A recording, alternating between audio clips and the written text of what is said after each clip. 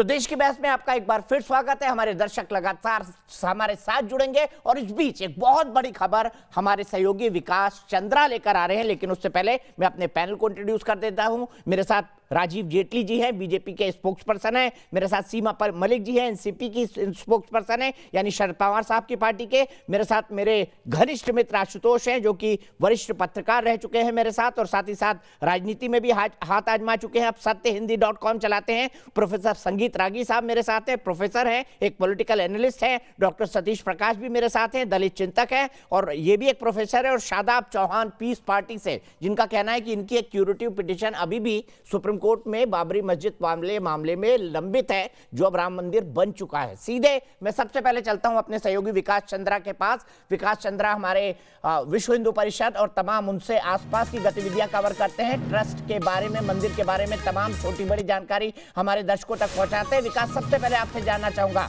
बड़ी चर्चा इस वक्त मुंबई में है कि उद्धव ठाकरे को इन्विटेशन मिल चुका है। क्या उद्धव ठाकरे को इन्विटेशन मिलेगा जो भूमि पूजन समारोह है 5 तारीख का उसको? देखिए, जब ट्रस्ट की बैठक 18 तारीख को हुई तो उसमें जो रूपरेखा तय की गई तो उसमें यह तय किया गया कि कम से कम लोगों को बुलाया जाए, क्योंकि जो कोरोना की महामारी है उसके मद्देनजर फिजिकल डिस्टेंसिंग रहे। जो मेरी जानकारी अभी तक मिली है, जो ट्रस्ट के सूत्रों से मेरी बात हुई है, तो जो अभी तक सूची तैयार की गई है, फिलहाल उसमें उद्धव ठाकरे का नाम शामिल नहीं है। इसमें जब मैंने तहकीकात की तो कुछ जो उससे जुड़े हुए लोग हैं, ट्रस्ट के लोग हैं, उनका साफ कहना है कि आखिर प्रत्यक्ष तौर पर उद्धव ठाकरे का पूरे राम मंदिर आंदोलन में योगदान क्या है कि उन्हें इस मौके पर बुलाया जाए। और वो जो लोग हैं वो नाराज भी इस बात से है कि जो पालघर में साधुओं की हत्या हुई उसमें दोषियों को दंड मिले, इस पर काम करने के बजाय वो बचाने में लगे हैं। और साथ ही जो शरद पवार ने जो बयान दिए प्रधानमंत्री पर अयोध्या जाने को लेकर, उस पर वो चुप्पी साध गए, ना उसका खंडन किए, ना उनकी तरफ से कोई बातें आई।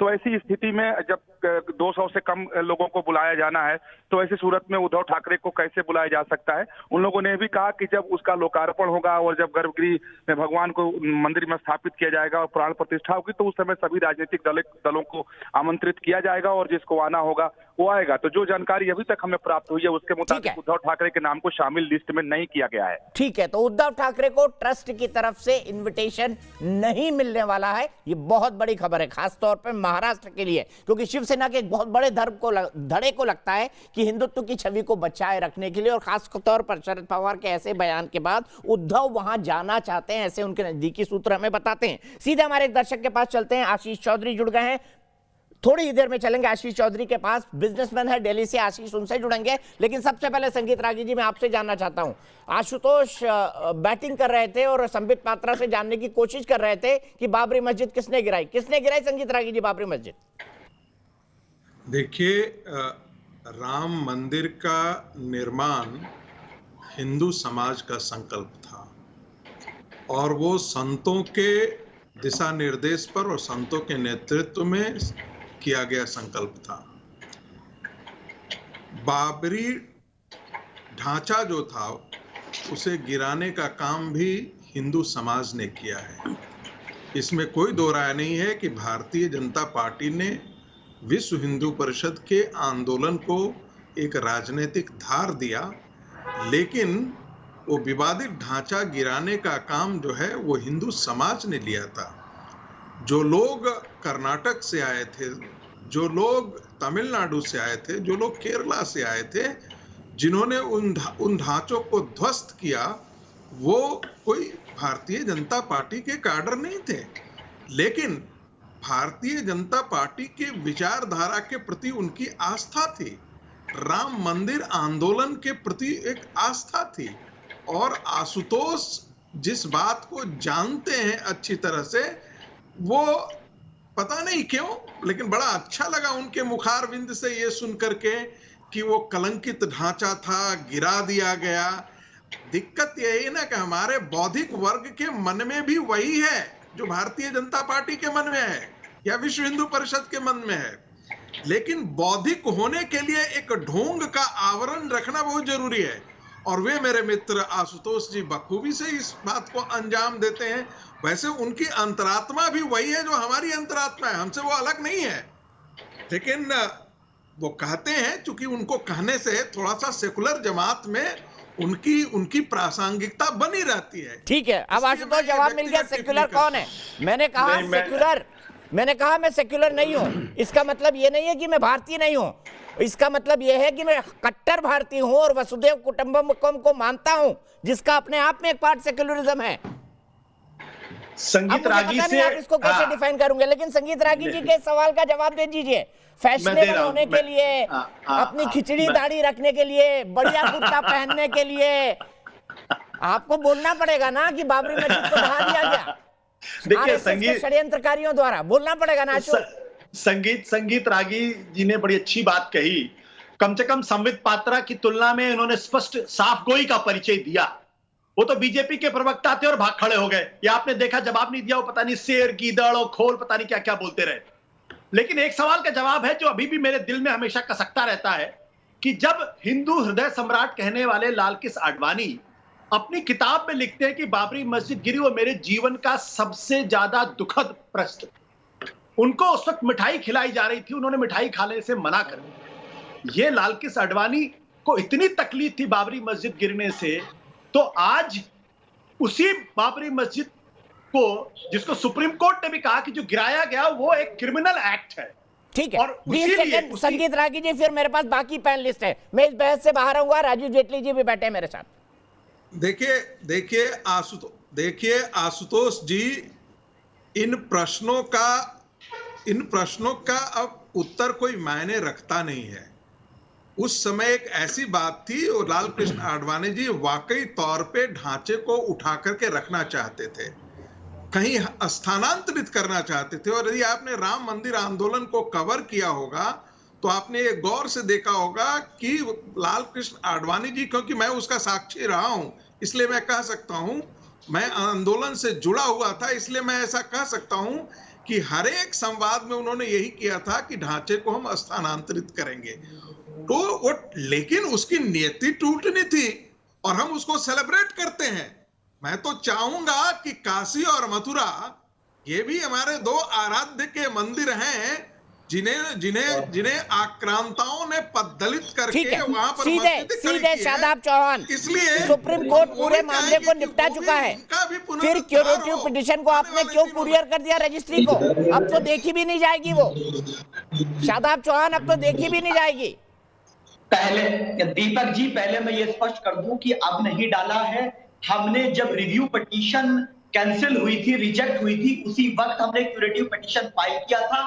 वो अभी पेंडिंग में है, लेकिन सरकार जल्दबाजी में कोरोना काल की नाकामी को छिपाने के लिए पूरा लीगल प्रोसीजर हुए बिना, क्योंकि क्यूरेटिव पिटीशन एक लीगल प्रोसीजर है, सुप्रीम कोर्ट के बाहर से बड़े हो शादाब चौहान, आप सुप्रीम कोर्ट से बड़े हो। सुप्रीम कोर्ट ने एक ऑर्डर दिया, पार्लियामेंट ने उस ऑर्डर का रेटिफिकेशन हुआ, लेकिन शादाब चौहान की दुनिया सुप्रीम कोर्ट से भी ऊपर है।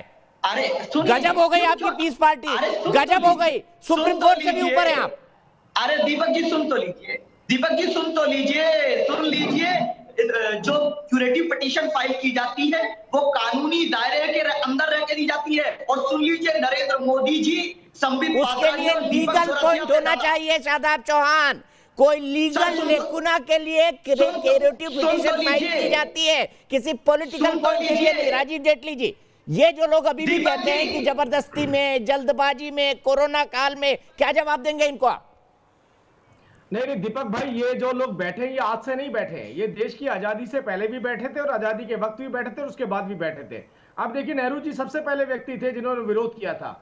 गोविंद वल्लभ पंत साहब तब उसकी मंदिर की तरफ अपना झुकाव रखते थे, उन्होंने कहा था मंदिर का निर्माण होना चाहिए। मतलब सीधी तरीके से नहीं कह पाते थे उनको। के नायर साहब थे जो सिटी मजिस्ट्रेट होते थे फैजाबाद के, उनके ऊपर प्रेशर बनाया जाता था उस वक्त की सरकार के द्वारा कि गर्भगृह से मूर्तियां उठाई जाएं। उन्होंने भी कहा मैं इसके विरोध में हूं। तो ये पक्ष ऐसा नहीं है कि पहली बार देखने को मिल रहा है, ये नेहरू जी के वक्त से देखने को मिल रहा था, जिनका प्रेम केवल उस विवादी ढांचे से था। वो चाहते थे ढांचा वही का वही बना रहा है। मंदिर की अगर मूर्तियां उठानी है, गर्भगृह से मूर्तियां उठानी तो उठाई जाए। हर व्यक्ति ने इसका विरोध भी किया और जो आस्था रखने वाले लोग थे, जैसा भी चर्चा हो रही थी, जिन्होंने अपनी आस्था प्रकट करी राम में, भगवान राम में, उन्होंने उस विवादी ढांचे को हटाया अभी। और कोई भी अगर आस्था रखता है, कहता है कि मेरे प्रभु को मेरी जगह मिलनी चाहिए, तो वो जगह लेगा अपनी वहां पर। तो ऐसा इसमें आशुतोष जी का भी कसूर नहीं है, जो लोग विरोध कर रहे हैं उनका भी कसूर नहीं है। बड़े लंबे वक्त से 15वीं सदी से ये परंपरा चलती आ रही है और चलती रहेगी। लेकिन भगवान राम का मंदिर जिन लोगों को चाहिए, जो इस देश के नागरिक है, पूरी दुनिया के लोग जो आस्था रखते हैं, वो चाहे हिंदू हो चाहे मुसलमान हो, उसने एक्सेप्ट कर लिया है कि ठीक यहाँ है। मंदिर आशीष बनेगा। चौधरी मेरे एक दर्शक जुड़ गए हैं दिल्ली से। आशीष, आप चाहते हैं वहां पर राम मंदिर बने, या लोग कह रहे हैं कि कोरोना काल है, मंदिर नहीं बनना चाहिए, क्यों राजनीति हो रही है? ये पर्सपेक्टिव सही है? मेरे हिसाब से जी मंदिर बनना चाहिए। ये तो सिर्फ विपक्ष के नेता बोल रहे हैं कि वहाँ मंदिर नहीं बनना चाहिए, कोरोना पे काम होना चाहिए। ठीक है, सीधे चलता हूं सीमा जी के पास। सीमा जी, बड़ा स्ट्रेट जवाब, पूरा देश चाहता है मंदिर बनना चाहिए, पवार साहब को क्या हो गया? सिर्फ माइनॉरिटी के वोट्स के लिए, सिर्फ मुसलमानों के वोट के लिए? और एक तरफ वो शिवसेना के साथ सरकार चलाते हैं जिसने खुलकर कहा कि उस ढांचे को, उस विवादित जगह को हमने तोड़ा, और दूसरी तरफ वो मुसलमानों को आकर्षित करने के लिए ये कहते हैं कि क्या राम मंदिर बन गया तो कोरोना खत्म हो जाएगा? देखिए, बड़े दुख की बात है जिस तरह से पवार साहब के बयान को तोड़ा मरोड़ा जा रहा है। मैं कल से ये सुन रही हूँ चैनल्स पे बैठे हुए बीजेपी के प्रवक्ता किस तरह से रह रहे हैं। ये बड़ी मतलब मुझे बड़ा दुख है इस बात का। देखिए अगर एक छोटी सी बात को किस तरह से out of proportion you are blowing, इसको प्रोपोर्शन आप ब्लो करा जा रहा है, मतलब it is really very this thing, you know. देखिए सीधे मैं सतीश प्रकाश जी के पास चलता हूं। सतीश प्रकाश जी, मुझे बताइए, जब सुप्रीम कोर्ट का फैसला आ गया था तो कुछ दलित इंटेलेक्चुअल्स ने क्यों कहा कि एसआई बौद्ध धर्म के बारे में वहां पर चीजों को देखे, सहेजे, इकट्ठा करे? आप एक और कंट्रोवर्सी खड़ी करना चाहते थे, और जो दलित और हिंदू का जो डिवाइड आपके इंटेलेक्चुअल बनाते थे उसको और बढ़ाना चाहते थे।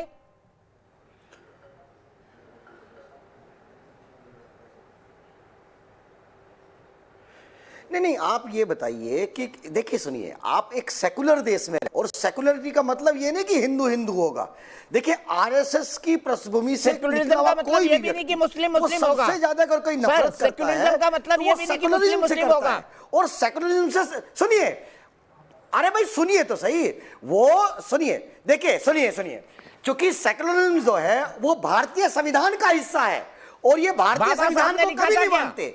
आरएसएस की पृष्ठभूमि का जुड़ा हुआ कोई भी व्यक्ति भारतीय संविधान में इनकी कभी आस्था नहीं रहेगी। सुनिए, कल्याण सिंह जी संवैधानिक पद के ऊपर बैठे हुए हैं, उन्होंने सुप्रीम कोर्ट में एक सवाल का जवाब, बाबा साहब ने सेक्युलरिज्म शब्द लिखा था क्या संविधान में? सुनिए, बाबा साहब, सुनिए जी, हाँ या ना, इतना बता दीजिए। बाबा साहब ने क्या सेक्युलरिज्म शब्द लिखा था, हाँ या ना? आपने मौका दिया था। सुनिए, बाबा साहब ड्राफ्टिंग कमेटी के, सुनिए, आप मेरी बात जी सुनिए, आना नहीं होता कुछ भी। बाबा साहब तो हाँ होगा या ना होगा? आरंभिक अवस्थाओं में सेकुलरिज्म शब्द को लेके क्या आना चाहते थे, सब कुछ बाबा साहब के ऊपर निर्भर नहीं कर आया तो नहीं था। बाबा साहब बाबा साहब खुद उसके खिलाफ थे। संविधान सभा की आप पूरी डिबेट पढ़ लीजिएगा। नहीं कह सकते। मुझे एक शार्प क्लोजिंग लेनी, अफसोस मेरे पास वक्त इतना ही है, कुछ टेक्निकल दिक्कतों के कारण और कुछ ओवरशूट होने के कारण प्रोग्राम थोड़ा सा बढ़ गया था। इसके लिए जो मेरे आज के दर्शक नहीं जुड़ पाए हैं उनको मैं कल जोड़ूंगा। फिलहाल एक ब्रेक। लेकिन न्यूज नेशन एक ऐसा चैनल है जहां पर खबरों का सिलसिला कभी नहीं थमता। और आज दिखाते हैं हम अपने पोल के रिजल्ट। क्या सेक्युलर गैंग राम मंदिर निर्माण के फैसले से दुखी है? हाँ कहना है 96% लोगों का, और नहीं मात्र 4%।